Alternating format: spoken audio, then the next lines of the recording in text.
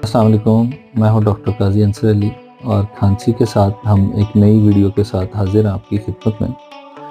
तो आज की जो रेमेडी है वो गैस्ट्रिक कंप्लेंट्स के साथ जो खांसी होती है उसमें बड़ा उसका नुमायाँ किरदार है।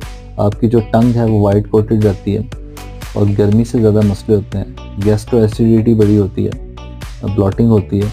तो मैदे के मसाइल के साथ जब कफ़ होती है, जो कफ़ नीचे से उठती है एपिगैस्ट्रियम एरिया से, स्टोमिक से, उस खांसी के लिए आपको एंटीमोनियम क्रूडम, एंटम क्रूड लेनी है। इसमें अफोनिया या लॉस ऑफ वॉइस भी हो जाता है और आपको गर्मी हीट बिल्कुल बर्दाश्त नहीं होती। गर्म कमरे में चले जाएं या गर्म आबो हवा हो तो खांसी स्टार्ट हो जाती है, गला बैठ जाता है, आवाज़ चली जाती है, अफोनिया आ जाता है। तो ऐसी कफ़ के लिए आपको एंटम क्रूड 30 लेनी है, जिसमें आपको गैस्ट्रिक मसाइल के साथ कफ़ होती है।